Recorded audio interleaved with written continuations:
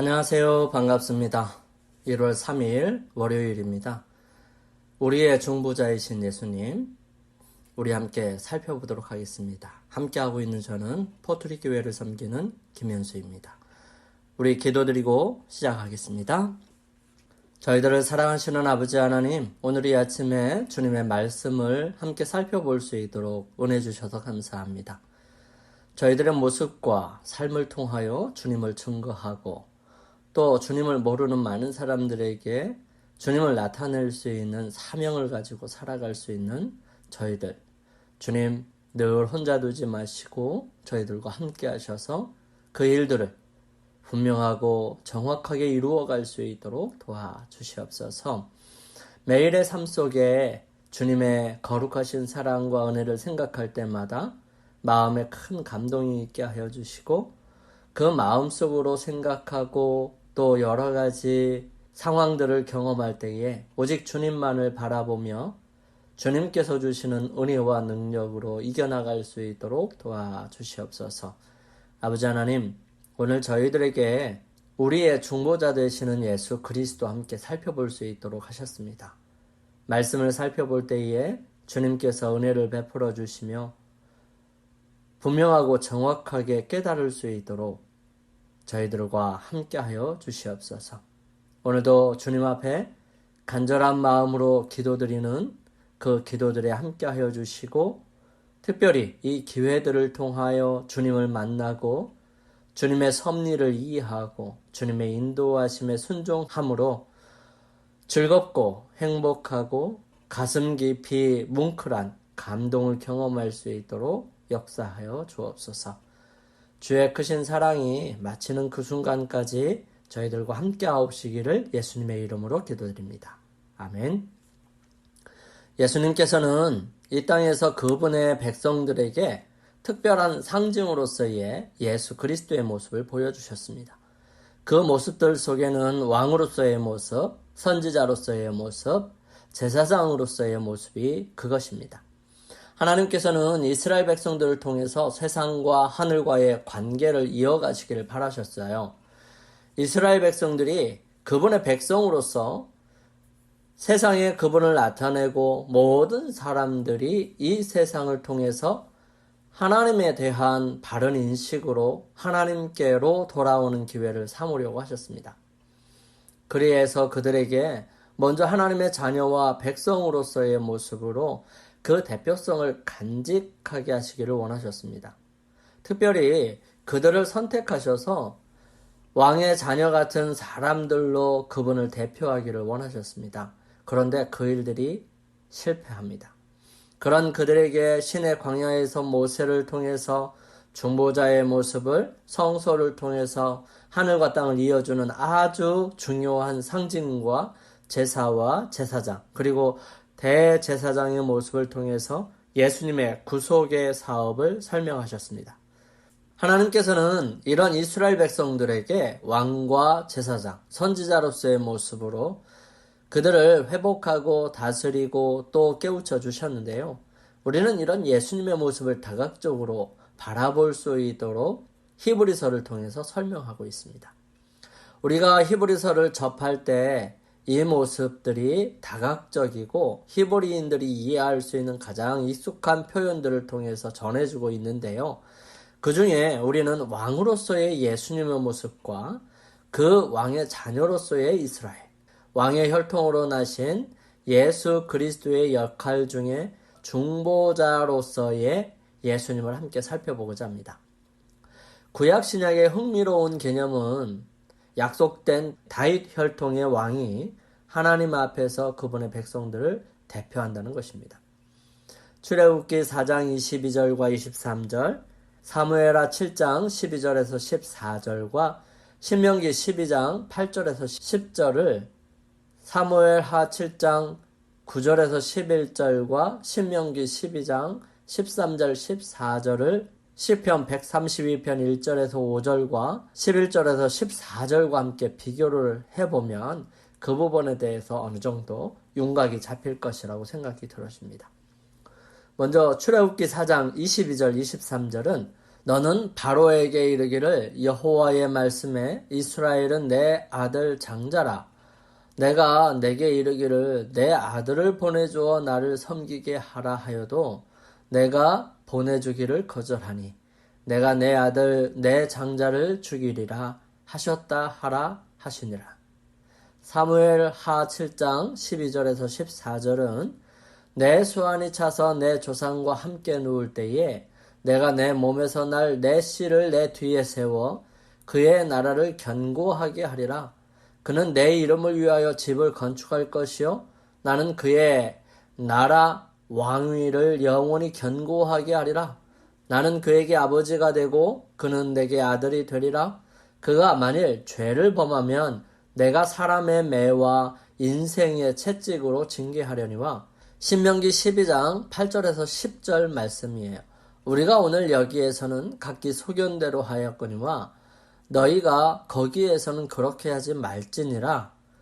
너희가 너희 하나님 여호와께서 주시는 안식과 기업에 아직 이르지 못하였거니와 너희가 요단을 건너 너희 하나님 여호와께서 너희에게 기업으로 주시는 땅에 거주하게 될 때 또는 여호와께서 너희에게 너희 주위의 모든 대적을 이기게 하시고 너희에게 안식을 주사 너희를 평안히 거주하게 하실 때에 사무엘하 7장 9절에서 11절입니다. 내가 가는 모든 곳에서 내가 너와 함께 있어 내 모든 원수를 내 앞에서 멸하였은즉 땅에서 위대한 자들의 이름같이 내 이름을 위대하게 만들어 주리라. 내가 또 내 백성 이스라엘을 위하여 한 곳을 정하여 그를 심고 그를 거주하게 하고 다시 옮기지 못하게 하며 악한 종류로 전과 같이 그들을 해하지 못하게 하며 전에 내가 사사에게 명령하여 내 백성 이스라엘을 다스리던 때와 같지 아니하게 하고 너를 모든 원수에게서 벗어나 편히 쉬게 하리라. 여호와가 또 내게 이르노니 여호와가 너를 위하여 집을 짓고. 신명기 12장 13절 14절은 너는 삼가서 내게 보이는 아무 곳에서나 번제를 드리지 말고 오직 너희의 한 지파 중에 여호와께서 택하실 그곳에서 번제를 드리고 또 내가 내게 명령하는 모든 것을 거기서 행할지니라. 시편 132편 1절에서 5절과 11절에서 14절 말씀입니다. 여호와여 다윗을 위하여 그의 모든 겸손을 기억하소서.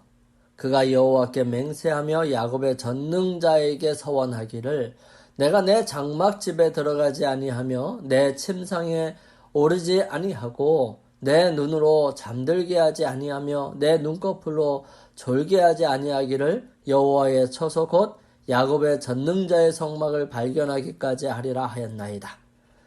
여호와께서 다윗에게 성실히 맹세하셨으니 변하지 아니하실지라. 이러시기를 내 몸의 소생을 내 왕위에 둘지라. 내 자손이 내 언약과 그들에게 교훈하는 내 증거를 지킬진대 그들의 후손도 영원히 내 왕위에 앉으리라 하셨도다. 여호와께서 시온을 택하시고 자기 거처를 삼고자 하여 이르시기를 이는 내가 영원히 쉴 곳이라. 내가 여기 거주할 것은 이를 원하였음이로다. 이 내용들을 가만히 살펴보면 이 다윗을 지키시고 다윗의 혈통을 통하여 구약의 약속이 성취되고 그 나라를 영원히 견고하게 하실 것을 말씀하시고 계십니다. 이스라엘은 하나님의 아들이었고요. 하나님께서는 이스라엘 백성들에게 적들로부터 쉼을 얻을 수 있는 곳을 주실 것이었습니다. 하나님께서는 그들 가운데 당신의 이름이 머물 수 있는 한 장소를 선택할 것이었습니다. 이스라엘을 위한 이 약속들은 약속된 다윗 혈통의 왕을 통해 성취될 것이었습니다. 그는 하나님의 아들로 받아들여질 것이고요. 하나님께서는 그에게 적들로부터의 쉼을 주실 것이었습니다. 또한 그는 하나님을 위해 시온에 성전을 지음으로 하나님의 이름이 거하도록 할 것입니다. 이 말은 하나님께서 다윗 혈통의 왕을 통해 이스라엘에게 주신 약속을 성취하실 것이라는 뜻이었지요. 다윗 혈통의 왕은 하나님 앞에서 이스라엘을 대표할 것이었습니다. 하나님과 이스라엘 백성 사이에 백성을 대표하는 한 분이 존재함을 통해 하나님과 백성 사이의 언약 관계가 영원히 지속될 수 있게 되었습니다. 모세 언약은 하나님의 보호와 축복을 받기 위해 모든 이스라엘 백성들의 충성을 요구했습니다. 그러나 다윗 언약은 한 사람, 곧 다윗 혈통의 왕의 충성을 통해 이스라엘을 위한 하나님의 언약적 축복을 보증했던 것입니다. 불행히도 대부분의 다윗 혈통의 왕들은 하나님께 충성하지 않았고요. 그래서 하나님께서는 그분께서 원하시는 만큼 이스라엘을 축복하실 수가 없으셨습니다. 왜냐하면 하나님을 떠나서 사는 사람들을 축복하시면 하나님을 떠나서 살아도 축복을 받는다는 생각들이 있어서 하나님을 섬기려 하지 않기 때문에 그렇죠. 구약은 하나님께 불충성한 왕들에 대한 이야기들로 가득 차 있습니다. 그러나 좋은 소식은 하나님께서 당신의 아들을 다윗의 아들로 태어나게 하셨고요. 그분은 하나님께 완전히 순종하셨다는 사실입니다. 그러므로 하나님께서는 그분을 통해서 당신께서 당신의 백성들에게 허락하신 약속들을 성취하실 수 있으셨습니다. 하나님께서 그 왕을 축복하시면 그의 모든 백성들이 축복을 나눕니다. 이것이 바로 예수님께서 우리를 위한 하나님의 축복의 중보자가 되시는 이유이지요. 그러므로 예수님께서는 다윗 혈통의 왕으로 오셔야 했고 그 다윗의 자손으로 오시는 것이 하나님께서 이스라엘 백성들, 즉 왕을 통해서 주신 그 축복이 예수 그리스도를 통하여 이루어질 수 있게 하시는 일이었습니다. 하나님께서는 그분을 통해서 당신께서 당신의 백성들에게 허락하신 약속들을 성취하실 수 있었습니다. 하나님께서 그 왕을 축복하시면 그의 모든 백성들이 축복을 나눕니다. 이것이 바로 예수님께서 우리를 위한 하나님의 축복의 중보자가 되시는 이유이지요. 그분은 하나님의 축복이 흘러가는 통로이시기 때문에 우리를 위한 중보자이십니다. 구원에 대한 우리의 궁극적인 소망은 오직 예수님과 그분께서 우리를 위해 하신 일 가운데서만 찾을 수 있습니다. 하나님께서는 이 빛으로 그분의 율법의 거룩하고 고매한 특성과 그리스도를 통하여 나타난 복음의 영광에 대하여 이스라엘 백성에게 감명을 주시고자 계획하셨습니다. 모세가 산에 있는 동안에 하나님께서는 그에게 율법판뿐만 아니라 구속의 경륜도 보여주셨어요. 그는 그리스도의 희생이 유대 국가 시대에는 모든 유형과 상징으로 예표된 것을 보았어요. 그리고 모세의 얼굴에 비치는 그 빛은 하나님의 율법의 영광의 빛에 못지않게 갈바리에서 흘러나온 하늘의 빛이었습니다. 이 신성한 조명은 유일하신 참 간구자의 대표자인 눈에 보이는 중보자로 봉쇄했던 시대의 영광을 상징하고 있었던 것입니다. 이 모세의 얼굴에서 반사되는 영광은 그리스도의 중보를 통하여 하나님의 계명을 지키는 백성이 받을 축복을 예시합니다. 그것은 우리가 하나님과 가까이 교제하면 할수록 그리고 그분의 요구를 더 분명히 알면 할수록 우리는 하나님의 형상을 더 완전하게 담게 되고 더 쉽게 그분의 품성에 참여하는 자가 될 수 있다고 증거합니다. 모세는 그리스도의 예표였습니다. 백성들이 그의 얼굴의 영광을 보고 견딜 수 없었기 때문에 이스라엘의 중보자가 자기의 얼굴을 가리운 것처럼 신성한 중보자이신 그리스도께서도 그분이 세상에 오실 때에 그분의 신성을 인성으로 가리우셨습니다. 만일 그리스도께서 하늘의 영광을 입으시고 오셨다면 그는 죄 많은 사람들에게 접근할 수 있는 길을 찾지 못했을 것입니다. 왜냐하면 그들은 그분의 임재의 영광을 견디지 못했을 것이기 때문이지요. 그러므로 그분은 타락한 인류에게 접근하셔서 그들을 구원하시기 위하여 자신을 낮추시고 죄 있는 육신의 모양으로 이 땅에 오셨다는 것입니다. 또한 성서봉사들이 모두 중보의 역할을 하는 것이 사실이지만 특별히 분향단은 지성소 앞에 있으면서 그 역할을 더 잘하고 있습니다. 이스라엘의 기도와 함께 올라가는 향연은 그리스도의 공로와 중보, 곧 그분의 완전한 의의를 표상하고 그것은 믿음을 통하여 그분의 백성에게 전가되는 것입니다. 그것만이 죄 많은 인간들의 예배가 하나님께 간합될 수 있도록 합니다. 지성소의 휘장 앞에는 끊임없는 중보의 제단이 있었습니다. 성소 앞에는 끊임없는 속죄의 제단이 있었고요. 피와 향으로 말미암아 하나님께 접근할 수 있게 되어 있었는데요. 이것은 크신 중보자를 가리키는 상징들이었습니다. 그분을 통해서 죄인들은 여호와 앞에 가까이 나아갈 수 있고요. 그분을 통해서만 자비와 구원이 회개하고 있는 영혼들에게 허락될 수 있었습니다. 너희가 내 이름으로 무엇을 구하든지 내가 시행하리니 이는 아버지로 하여금 아들로 말미암아 영광을 얻으시게 하려 함이라. 내 이름으로 무엇이든지 내게 구하면 내가 실행하리라. 그분이 구약에 약속하신 다윗의 자손으로 오셔서 모든 예언을 성취하신 하나님의 아들이시기 때문에 이 부분들이 우리에게 분명하게 전달될 수 있습니다. 다윗의 혈통으로 이 땅에 오신 예수님께서는 하나님께 완전히 충성하심으로 언약의 요구를 충족시키시고 당신의 백성들을 위한 중보자가 되셨던 것입니다. 영감의 교훈입니다. 우리의 변호사이신 예수님. 그러나 우리의 중보자이신 예수님은 회개와 믿음으로 그들의 영혼을 지켜주도록 그분께 바친 모든 사람들을 위하여 효과적으로 탄원하신다. 그분은 그들을 변호하시고 갈바리의 강한 논증에 의하여 그들의 비난자를 물리치신다.